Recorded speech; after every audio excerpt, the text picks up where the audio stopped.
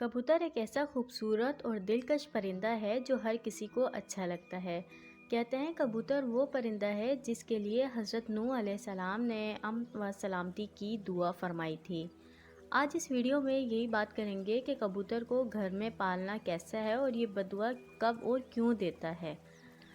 حضرت نوح علیہ السلام نے جب کشتی کو پہاڑ پر ٹھہرایا، حضرت نوح علیہ السلام کو خشک اور زمین کی ضرورت تھی، تو نوح علیہ السلام نے کبوتر کو بھیجا اور کہا جا کر دیکھ کتنا پانی ہے اور کتنا شہر ڈوب گیا ہے۔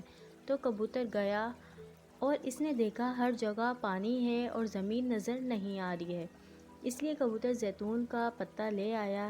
اس سے حضرت نوح علیہ السلام نے اندازہ لگا لیا کہ پانی کم ہے، جس سے درخت ظاہر ہو گئے ہیں لیکن زیر آب ہے۔ چند دن ٹھہر کر پھر اس کبوتر کو بھیجا تو زمین کی کیچڑ میں اس کے پاؤں بھر گئے۔ جب کبوتر واپس آیا تو اس کے پاؤں دیکھ کر اندازہ لگایا کہ اب پانی زمین میں جذب ہو گیا ہے لیکن زمین خشک نہیں ہوئی۔ حضرت نوح علیہ السلام کبوتر کی اس کارروائی پر بہت خوش ہوئے اور اسے امن و سلامتی کی دعا دی۔ یاد رہے کہ پرندوں کو ستانے کے بارے میں ممانعت فرمائی گئی ہے۔ ایک حدیث میں ذکر ہے جس میں کبوتر رسول اللہ صلی اللہ علیہ وسلم سے اپنی زبان میں شکایت کر رہا تھا کہ کسی نے اس کے گھونسلے سے انڈے اٹھا لیے ہیں۔ رسول اللہ صلی اللہ علیہ وسلم نے صحابہ میں اعلان کیا اور ایک صحابی نے انڈے اٹھانا قبول کیا تو انہیں حکم دیا گیا کہ وہ گھونسلے میں انڈے واپس رکھ دیں۔ اس روایت سے معلوم ہوا کہ پرندوں کو ستانا ناجائز ہے اور پرندوں کو ستانے سے اس لیے روکا گیا ہے کہ پرندوں کی بددعا لگ سکتی ہے اور وہ بددعا دے سکتے ہیں، اور کبوتر ان پرندوں میں سے شامل ہے جو کہ انبیاء کا پسندیدہ رہا ہے۔ اس لیے اگر کبوتر کو ستایا جائے گا تو کبوتر بھی بددعا دے سکتا ہے۔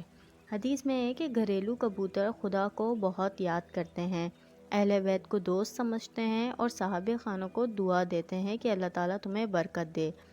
کسی شخص نے رسول اللہ صلی اللہ علیہ وسلم سے تنہائی کی شکایت کی تو رسول اللہ صلی اللہ علیہ وسلم نے اس شخص سے کہا کہ ایک جوڑا کبوتر کا پال لے۔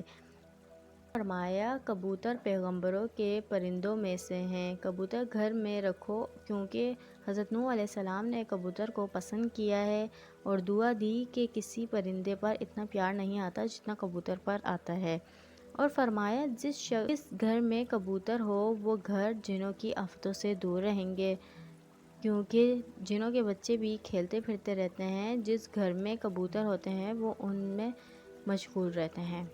ایک اور روایت میں ہے کہ کبوتر کا جو پر جھڑتا ہے وہ شیطان کی نفرت اور بھاگنے کا سبب ہوتا ہے۔ اس حدیث سے یہ بات معلوم ہوئی ہے کہ کبوتر کا گھر میں پالنا موجب برکت ہے اور کبوتر کے پالنے میں خیر ہے۔